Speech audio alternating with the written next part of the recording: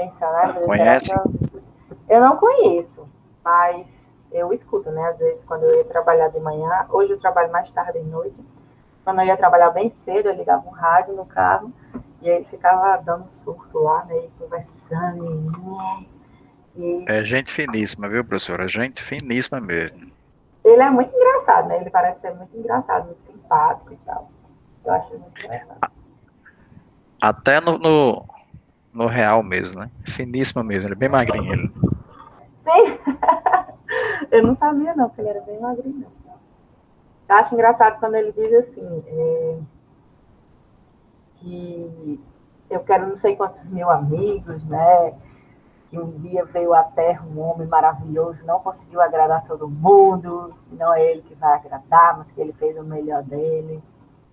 Muito engraçado. Então, Eu vamos gosto lá. dele. Gente, vocês estão vendo o slide aí? Não, né?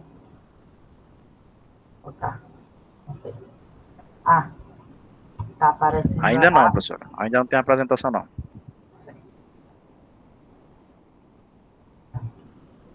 Agora vai aparecer.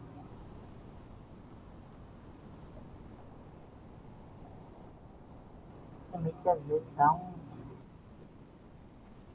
surto, né? Que a gente fica sem saber o que fazer. Vou botar para apresentar a tela inteira. Para ver se vai.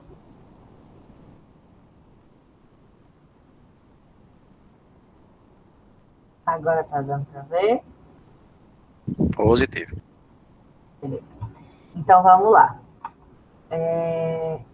Vocês já viram, né, essas aulas um dia na vida de vocês?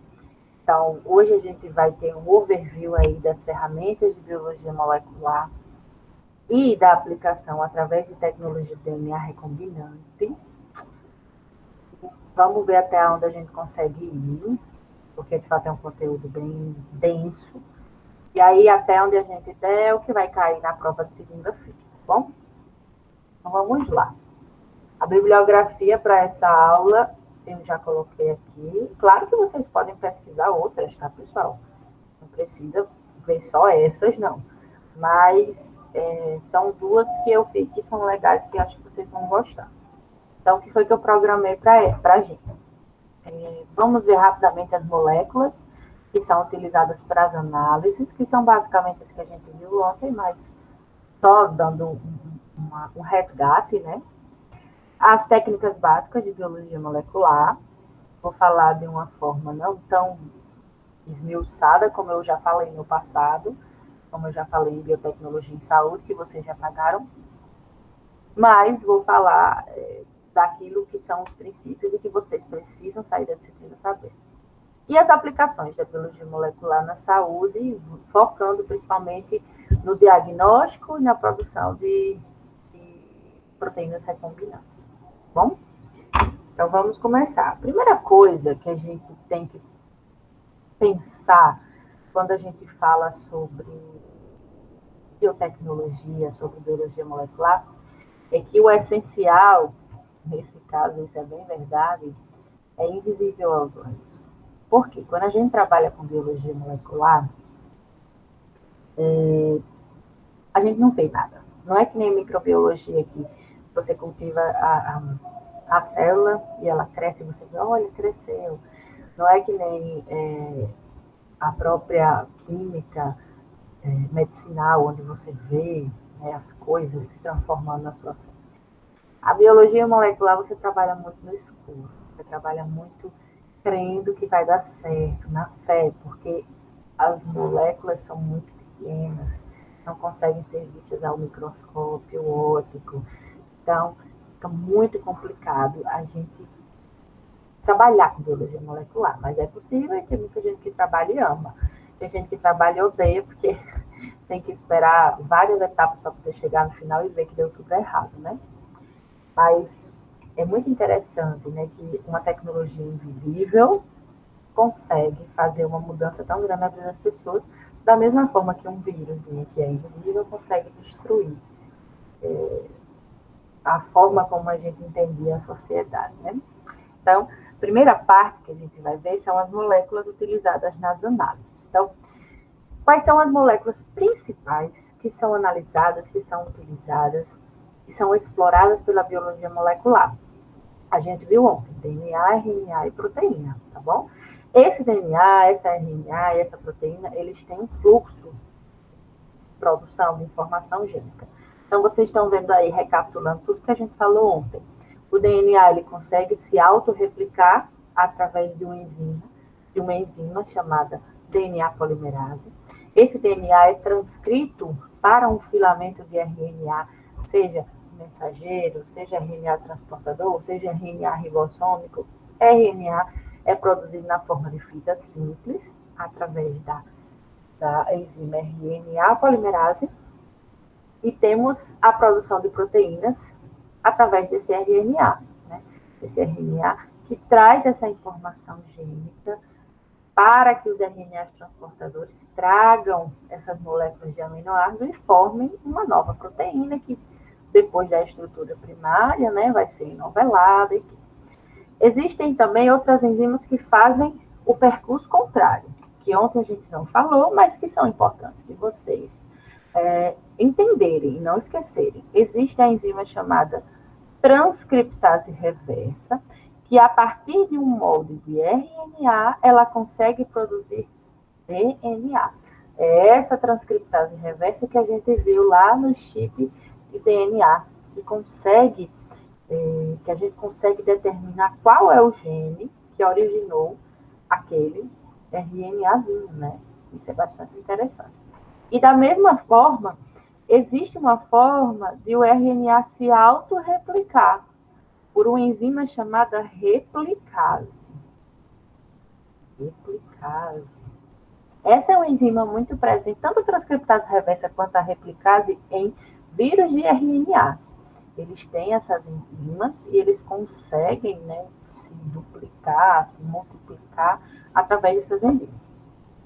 Essa transcriptase reversa, ela não é comum a nós, né, aos seres humanos. O comum é a autorreplicação, a transcrição e a tradução. Essas outras enzimas, elas são mais utilizadas no mundo microbiano, principalmente no mundo dos vírus, tá bom? Então, é muito importante, para entender tudo sobre biologia molecular, que a gente domine esse fluxo aqui. E quando eu digo dominar esse fluxo, não é apenas saber que há uma autorreplicação. Não, é você saber as bases fundamentais e características bioquímicas dessas moléculas. Por quê?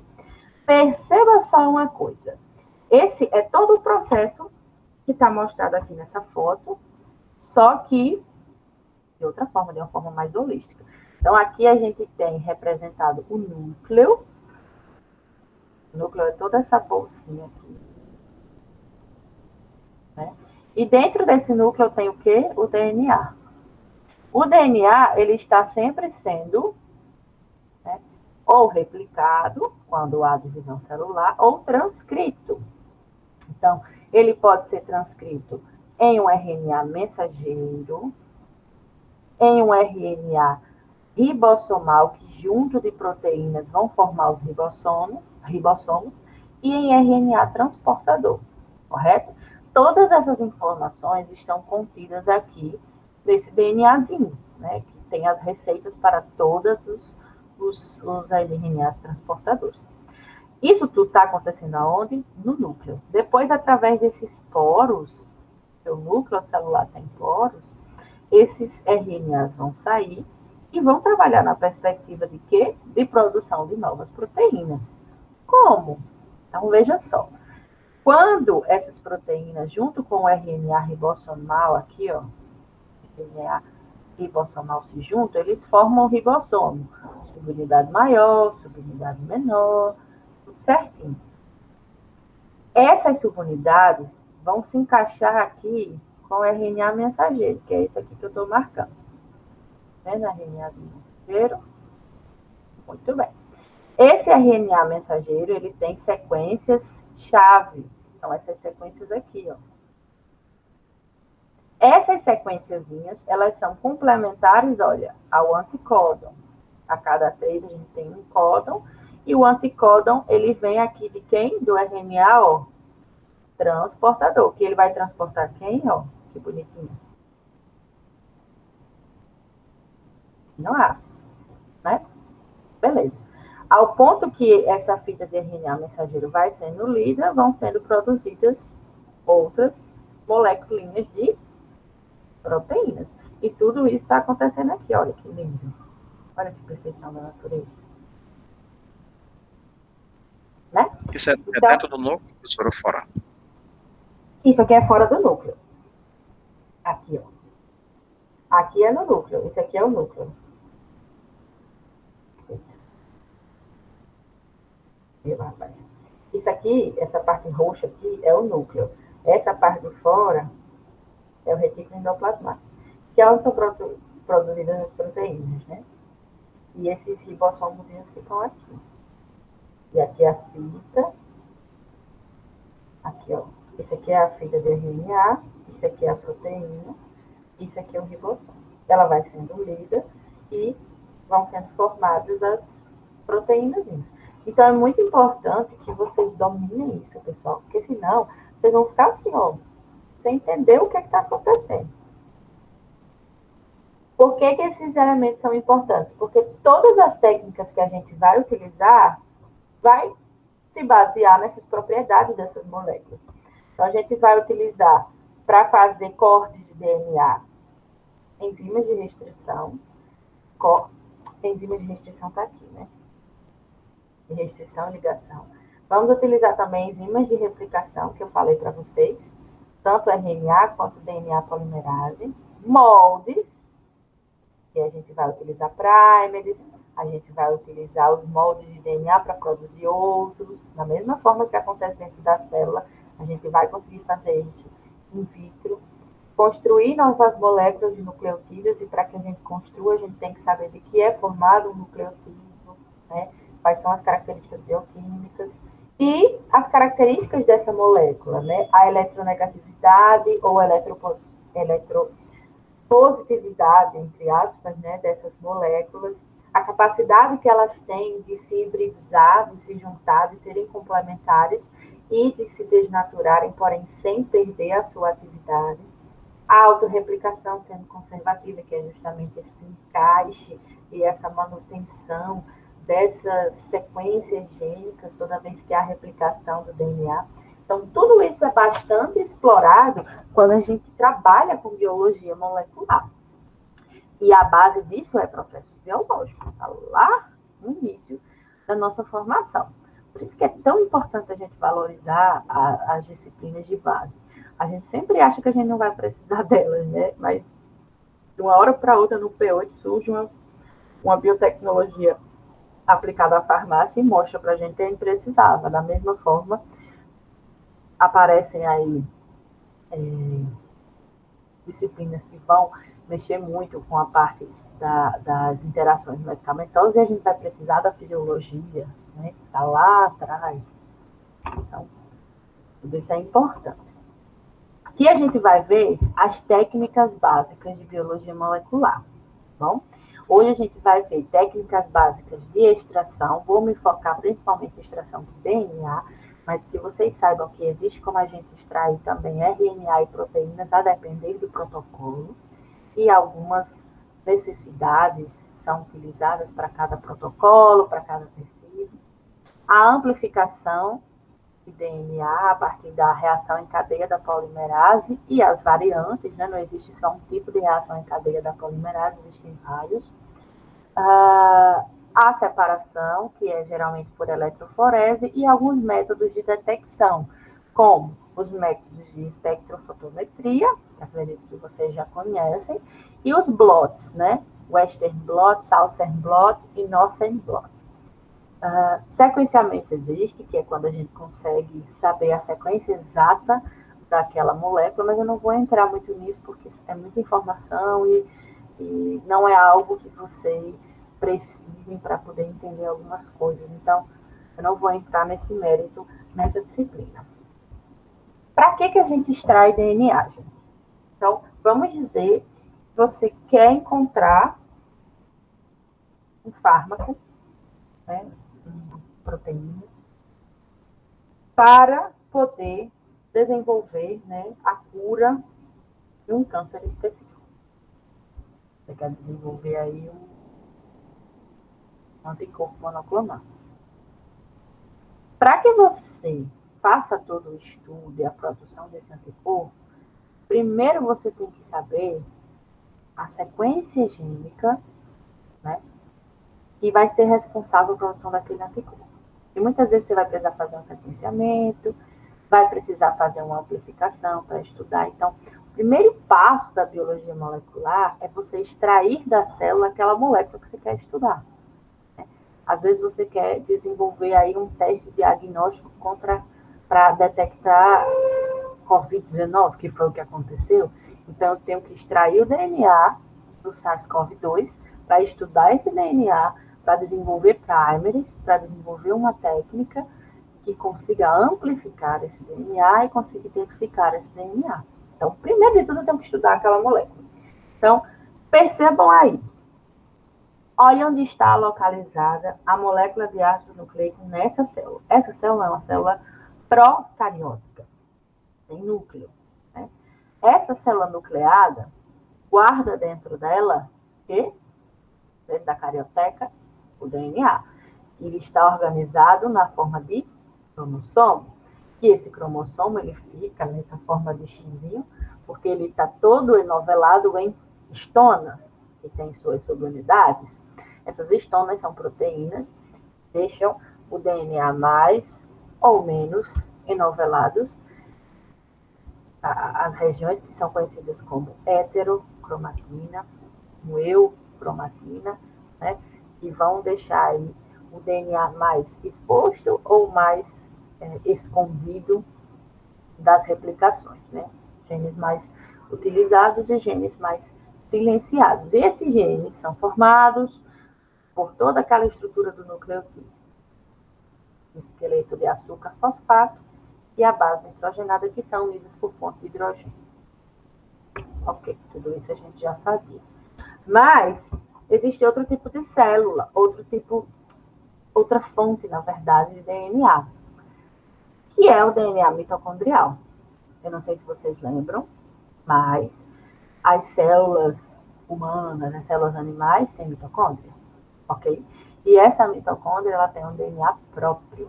Dizem que, na verdade, essa mitocôndria é como se fosse um micro-organismo primitivo que se diferenciou dentro de uma célula eucariótica e acabou se mantendo lá, né? Toda vez que a gente divide uma célula, as mitocôndrias se dividem também. Então, dentro das mitocôndrias existe DNA, e esse DNA é muito utilizado para teste de paternidade, porque até onde se sabe, somente quem pode passar DNA mitocondrial para a prole é a célula, é o gameta feminino.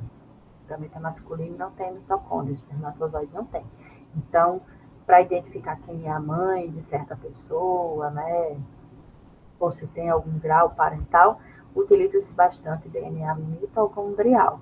Então, uma coisa é você extrair o DNA do núcleo, outra coisa é você extrair o DNA da mitocôndria. E também tem células que têm cloroplastos, que são células vegetais, né? E tem as células bacterianas, que não têm essas organelas especializadas, né? Porém, elas têm geralmente dois tipos de DNA, dois tipos de ácidos nucleicos, né? Tem o cromossomo, né, que está lá no nucleoide emaranhadozinho dentro da bactéria, não tem carioteca, mas tem os plasmídeos também, que são aqueles DNAs circulares que podem ser trocados de bactéria para bactéria, a bactéria se torna resistente por causa dessa troca, se torna mais competente por causa dessa troca, né? Então, como separar, né, um plasmídio? Então, tudo isso vai determinar como você vai fazer a extração desse DNA. Eu só estou falando isso para vocês vislumbrarem que existem vários protocolos de extração do DNA, não existe só um, não. O que a gente vai ver aqui é um básico, é a visão mais simplificada, para vocês entenderem como é que se extrai um DNA de um local. Porque a extração do DNA é a base de tudo, né? Então, vai mudar a extração do DNA, a localização da molécula de ácido nucleico, nesse caso, dentro da célula, as especificidades daquele tecido, é um tecido sanguíneo, ou é um fígado, ou é uma bactéria. Vai mudar, né, a forma como você trata esse tecido. As características desse organismo, como a gente já falou, os recursos que você tem para fazer essa extração. Muita gente utiliza nitrogênio líquido, só que nitrogênio líquido é caríssimo para você macerar, né? Você congela e você macera, né? Enquanto o nitrogênio líquido depois faz tipo um pozinho daquele tecido, mas nem todo mundo tem esse dinheiro, então tem que utilizar de outras técnicas. O rendimento desejado também, né? Existem técnicas que conseguem extrair bastante DNA, outras menos. O grau de pureza também que você quer alcançar e o tipo da amostra que você quer, que você está precisando trabalhar. Então, qual é o primeiro passo que a gente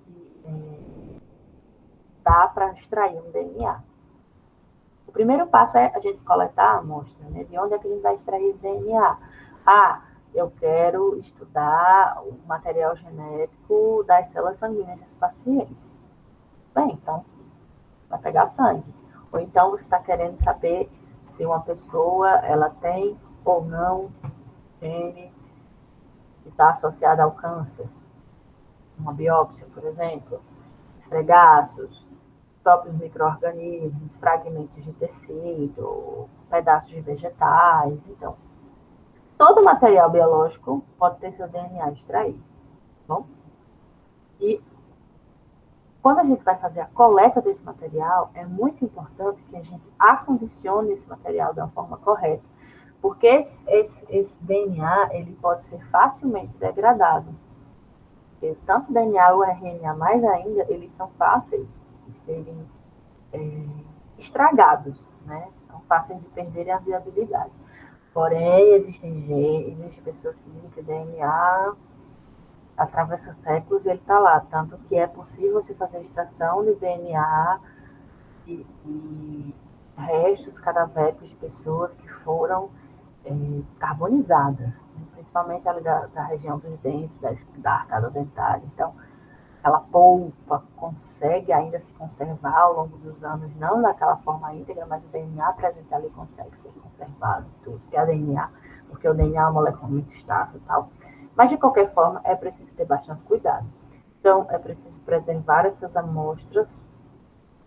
Quando vai fazer esse acondicionamento, geralmente orienta-se congelar e orienta-se utilização com nitrogênio líquido, ou, quando não puder, utilizar substâncias que venham a conservar esse material. Mas, geralmente, o que é que o pessoal faz? Resfria, né? Deixa dentro de um isoporzinho, sempre resfriando, para que não haja degradação dessas moléculas pelo calor ou por outros agentes. Então, depois que pega essa amostra, vamos dizer, um tecido, um sangue, dependendo se ela é uma amostra mais líquida, liquefeita ou sólida, você vai precisar preparar esse tecido antes de utilizar. Porque você não vai começar a jogar os reagentes em cima de um pedaço de tecido aleatoriamente. Quanto mais você macerar, quanto mais você cortar, mais superfície de contato vai ter com essas células e mais fácil vai ser de extrair esses materiais, né? Da mesma forma, quando a gente vai cozinhar vegetais. Se você colocar o vegetal inteiro, ou se você colocar uma peça de carne muito grande no forno, ela demora bem mais a cozinhar do que se você fatiar, fizer em bifes, fizer em tirinhas. Então, quanto mais picadinho, tiver maior a superfície de contato com o calor e mais fácil é chegar ao ponto final, né, que é o cozimento. Da mesma forma, quanto mais a gente macera, quanto mais a gente separa, quanto mais a gente prepara essas amostras, mais fácil vai ser de extrair o DNA. Se for uma amostra líquida, como sangue, plasma, enfim, qualquer coisa do tipo, orienta-se centrifugar para você separar as células que você quer, para você separar se você quer trabalhar com sobrenadante ou com o que precipitou no fundo, para você não precisar utilizar, né, todo aquele pool de moléculas que tem lá no DNA. No DNA não, da amostra. Da mesma forma, se for uma estrutura rígida, orienta-se que faça cortes, né, com a tesoura, ou com uma faca, um bisturi, alguma coisa assim, ou macerar, como eu falei para vocês. Coloca o nitrogênio líquido e mexe com a almofariz e pistila até ficar bem pozinho, que aí fica mais fácil. Não tem, o que é que eu faço? Você pode congelar e depois fazer da mesma forma. Todo o material que for utilizado aí para preparar essas amostras, para manipular essas amostras, precisa ser esterilizado, para que não haja contaminação de outros DNAs na sua amostra.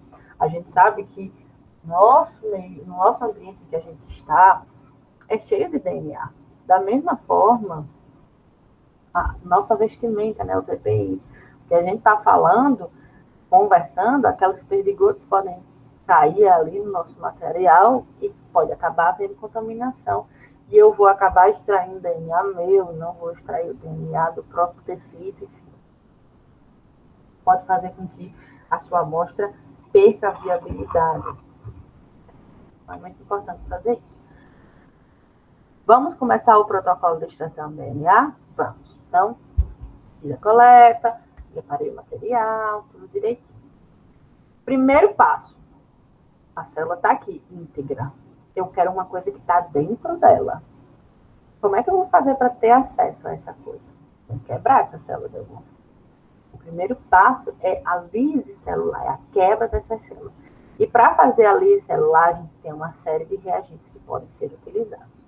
Um dos primeiros é o tampão de lise, né? Que às vezes o tampão de lise, ele vem com todos esses reagentes, que eu vou mostrar para vocês. Um dos reagentes, da base do tampão é esse tris. O tampão, vocês sabem, né? A solução tampão, ela serve para estabilizar o pH de uma solução. Ok? Então, o que é que esse tris faz? O tris é um reagente. Ele deixa a solução em que está sendo feita a lise celular, né? Então, foi o que você fez. Você macerou aquilo ali e você vai colocar um reagentezinho, né? Como se tivesse num frasquinho desse aí. Para que você consiga fazer com que essa reação e essas moléculas, com que essa solução, ela tenha sempre um tampão, ela tenha sempre um pH estável, você utiliza o tampão. O tris, ele deixa o pH próximo a 8. Por que isso é interessante para a extração do DNA? Porque a gente sabe que as nossas células, elas têm enzimas endógenas, né, que degradam DNA. Para quê, professora? Quando chega um vírus dentro da nossa célula, o que é que ele vai fazer primeiro? Ele vai perder o capsídeo, né, vai colocar seu DNA em uma amostra e vai começar a tentar se reproduzir. Então, essas enzimas, elas são utilizadas pelas nossas células para quebrar aquele DNA estranho, o DNA que está fora do núcleo. O DNA não é para estar fora do núcleo, é para estar lá dentro do núcleo. O DNA que está fora deve ser um DNA estranho. Então, quando a gente macera, a gente tira essa proteção da carioteca. E aí esse DNA fica exposto às DNases, que são enzimas que quebram DNA. Então, a gente não quer que elas quebrem o nosso DNA, que elas destrocem nosso DNA e inviabilizem nosso procedimento. Então, deixando esse pH sempre próximo a 8, com esse tampão tris, a gente faz com que as enzimas não tenham um pH ótimo de funcionamento. Lembra que para uma enzima funcionar, ela precisa ter um pH ótimo, uma temperatura ótima, tudo certinho. Então, as DNAs geralmente funcionam num pH de 7,8 até 7,8. Quando está em 8, elas ficam inativadas. Então, a primeira coisa que se faz pelo tampão, né, a primeira vantagem é que ele mantém, né, tudo certinho, lá sempre no pH constante, e neutraliza essas DNAs. Então, nosso DNA fica protegido. Outra coisa que é muito importante, né, porque quando estourar a célula, vai espalhar tudo que está dentro dela, né? Então, o tampão vai acabar dando aquele auxílio. E para quebrar, para haver lise celular, além da maceração que você está utilizando, você vai precisar de um detergente. Por quê? Lembra que as células, elas são formadas por invólucros chamados membranas, e que essas membranas celulares são feitas de fosfolipídios. O que é um lipídio? É uma gordura. Então, essa gordura, ela vai ser dissolvida por algumas substâncias detergentes, e aí a célula sofre crise, explode, né? Rompe as membranas e libera o conteúdo intracelular. Que é isso que a gente quer, né? A gente não quer o DNA está dentro da célula, então tudo bem. Que tipos de detergente podem ser utilizados? Dodecil sulfato de sódio, ou SPF, é bastante utilizado na parte de corrida eletroforética de proteínas, mas também como detergente. Não é aquele detergente da lavar louça, não, gente. É um detergente molecular, né? Que é utilizado para isso aí. Você não vai jogar o limpol dentro do seu experimentão. Temos o Twin 20 e o Triton também, que são utilizados como detergentes. Outro elemento que está nessa solução de Lise, né? Que tá tudo aí, eu botei esse frasquinho para vocês entenderem que esses materiais todos, eles são feitos e juntos tudo aqui dentro de um mesmo recipiente, para que a célulazinha que está aqui e meu DNAzinho que está aqui, ó, todo bonitinho, se quebre, pá, pá, se quebra aqui, pá, pá. Aí esse DNA vai ficar aqui, né, exposto, e toda a solução ela vai funcionar para estabilizar e para manter a integridade do DNA. O EDTA, ele é muito interessante porque ele é um agente quelante de íons, certo? Então, lembra que também as enzimas, além de precisar de um pH ótimo, de uma temperatura ótima, elas precisam de cofatores. Muitas enzimas precisam de cofatores. E esses cofatores são íons, certo? O que é que o EDTA faz? Ele se liga aos cofatores das DNAs. Então, é outro mecanismo que a gente utiliza para neutralizar essas enzimas endógenas que degradam o DNA. Então, ele vai se ligar principalmente a cálcio e magnésio. E é interessante que quando a gente vai fazer a PCR, que é um pouquinho mais à frente, né? Quando a gente vai fazer a reação em cadeia da polimerase que a gente utiliza, a enzima polimerase, a gente também precisa colocar esses cofatores na solução, porque sem esses cofatores iônicos, a enzima não é ativada. Bem legal, né? Utilizamos também, nesse mesmo tampão de Lise, o NaCl. Qual vai ser o papel do cloreto de sódio? Desnaturar proteínas, tá? Muito interessante. Por quê? O que é que a gente percebe? Quando essas proteínas elas são desnaturadas, elas perdem a sua conformação e elas perdem também a sua viabilidade. Então, é uma forma de a gente se livrar de proteínas que a gente não quer e de a gente inativar enzimas que possam estragar o nosso DNA. E outra forma que o NaCl faz, ele consegue interagir ali com os radicais fosfato, que são negativos do próprio DNA, ele vai se dissociar, né, em íons, e vai conseguir aglomerar as moléculas de DNA nessa solução aquosa, porque tudo isso aqui, gente, é uma solução em água destilada, né? Então, quando entrar, esse NaCl vai virar Na+, Cl-, e esses íons vão auxiliar aí na aglomeração das moléculas de DNA e na desnaturação de proteínas. E outra coisa que também pode ser colocada é uma enzima chamada proteinase K, que ela digere proteínas. Ah, professora, mas por que precisa desnaturar a proteína, quebrar a proteína, inativar a proteína, tirar os cofatores? O nosso objetivo no DNA, eu não quero proteína. Então, tudo que eu puder fazer para separar, para desnaturar, para jogar fora essas proteínas, eu vou fazer. Por quê? Porque o meu objetivo é quem? É o DNA. Então, são utilizados diferentes mecanismos para que a gente consiga extrair aquele DNA que a gente quer. Até aí, tudo bem, pessoal? Vocês estão muito quietinhos. Queria saber se vocês têm Tudo alguma bem. dúvida. Tudo bem, tudo bem. Joia. Então, vamos lá.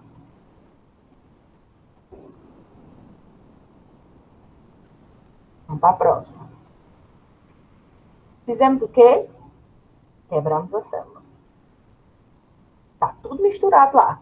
Ou é pedaço de membrana, com pedaço de DNA de um lado, com proteína quebrada do outro.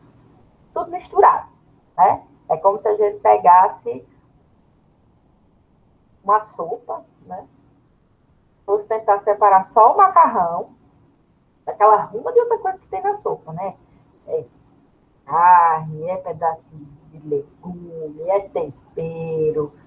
E você fica assim, meu Deus, como é que eu vou separar tudo isso? Né? Tá uma mistureba aqui.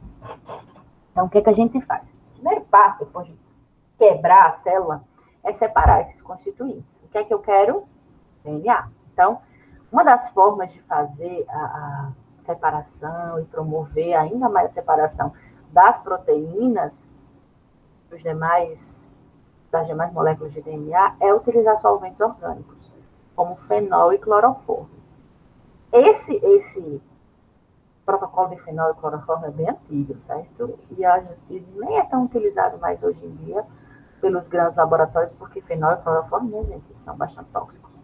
Mas eles são bem eficientes. E na pobreza a gente utiliza fenol e cloroformo sim, né? Todo mundo que tem dinheiro para comprar um kit de extração do DNA. Esse cloroformo ou esse fenol vão ajudar a desnaturar as proteínas mais ainda. Então, aqui mostrando para vocês a proteína na forminha tridimensional dela. Deixa eu ajudar.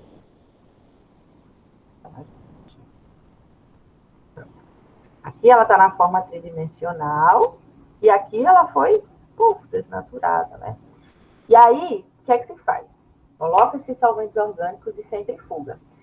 O DNA, ele é mais leve do que as proteínas. As proteínas, elas têm um peso molecular maior, em Dalton, né? Pesadonas. Então, quando você centrifugar no tubinho, como é que vai ficar? Olha, tem um desenho aqui. É um microtubo, tá? Aquele tubinho que o povo chama de Eppendorf. Então, Eppendorf é a marca, né? Que nem a gente chama Bombril. Tá aqui. Quando a gente fizer a centrifugação, tá tudo misturado, né? Aqui as proteínas e os DNAs. Aí a gente taca o fenol cloroformo, as proteínas mudam lá de conformação. Aí o que é que a gente faz? Dá a centrifugada. Aí vai ficar assim, o líquido, né? Já que é uma solução. Aqui em cima vai ficar o DNA, que essa parte se chama sobrenadante. E aqui embaixo vai ficar o quê? O precipitado ou pellet. Uma pellet também, tá? E isso aqui a gente não quer, correto? Então, já consegui separar. Aí, o que é que eu vou fazer agora? Eu vou pegar uma micropipeta, que vocês já conhecem também, e vou sugar o sobrenadante. E vou transferir para outro microtubozinho aqui. Aí, outro microtubo. Parece um casquinho de sorvete, né? Mas é isso. E bota só quem? O DNAzinho. Então, separei daquela ruma de outros componentes celulares que eu não queria. E o que é que eu vou fazer agora? Eu vou tentar juntar esse DNA, eu vou tentar concentrar mais ele, eu vou dar uma limpadinha nele. Então, o que é que eu faço? Eu não coloquei NaCl lá no início, lembra? Então, na presença de NaCl, na presença de baixas temperaturas, o frio, esse DNA ele consegue se concentrar um pouco mais, tá bom? Então, isso já é legal. O que é que eu faço? Vai gostar aqui, né? Se eu soubesse que tinha botado vários dependentes dele, se eu soubesse que eu ia fazer essa passação de ficar desenhando o tempo todo. Então, tá aqui o DNAzinho, né? Já tá agregado aqui, ok, tá viajando. Então, o que é que eu coloco aqui? Eu coloco etanol a 100%, gelado. Botar na geladeira. Vocês podem olhar, nas geladeiras da Facene, a gente abre, sempre tem um álcool absoluto lá, bem geladinho. É para fazer esse tipo de coisa. Então, coloca isso gelado, porque vai fazer com que ele aglomere ainda mais. Que ele fique bem aglomeradinho, que você consegue ver como se fosse um algodãozinho. É a coisa mais lindinha. Aí é quando você vê que está dando certo, né? Você começa a ver que está dando certo depois que você fez todo aquele processo, teve todo cuidado. Imagina você chegando aqui nessa parte e você não vendo nada se juntar, você fica assim, meu Deus do céu, me isolei, foi nada, tem que fazer tudo de novo. Depois que você coloca, que você consegue agregar, aí você pode pescar isso. Tem gente que pesca, como assim? Pega uma alçazinha, estéreo, alguma coisa, e pega só o algodãozinho e transfere para outro microtubo, né? Pega só o DNAzinho e ressuspende aqui em etanol a 70%. Não precisa ser gelado, porque a temperatura aqui, o objetivo era juntar, então não precisa mais ser gelado. Esse etanol a 70% vai ajudar a tirar impurezas, restos de sais, restos de lipídios que possam estar perto desse DNA. E aí, depois que a gente faz essa ressuspensão, como o etanol a 70%, ele é bastante volátil, né? Então, vai ficar aqui o DNAzinho que foi lavadinho, né? Ó, isso aqui é isso aqui. Olha a diferença? Não tem nada não, vocês estão entendendo. E a gente vai deixar secar o ar livre. Aí isso aqui vai evaporar. Como assim secar o ar livre, professora? Pega uma estante e deixa lá o tubinho que estava com o DNA ressuspendido lá no álcool e deixa ele lá, abertinho. Se você tiver medo, né, de contaminar, você pode deixar dentro da cabine de segurança biológica. Ela fica lá guardadinha, né?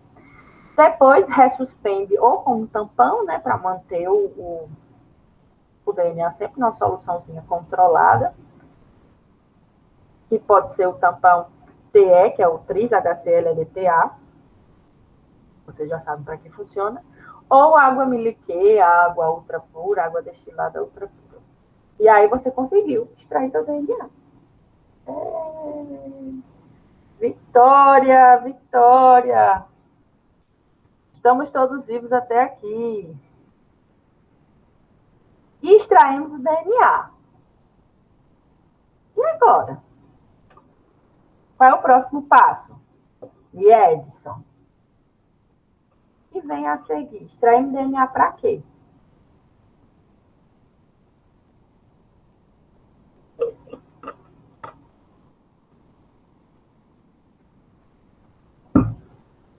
Eu tinha saído. Como assim, Edson?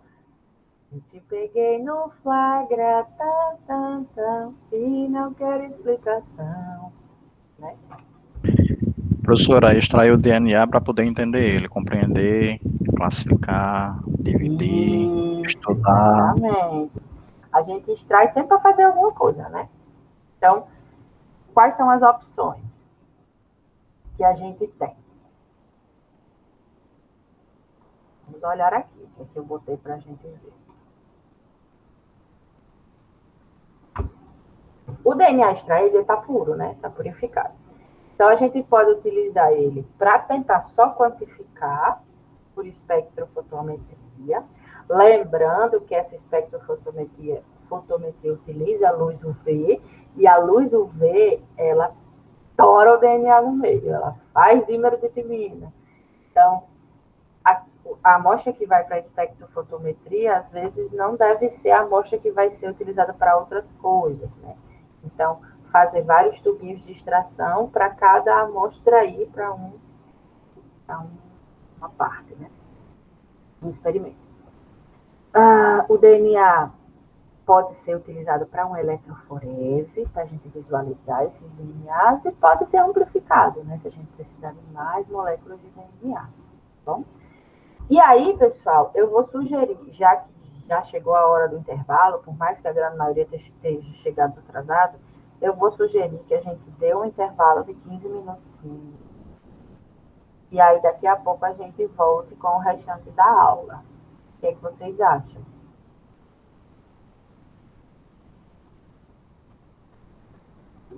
Ou vocês não querem? Vocês querem seguir até passar mal?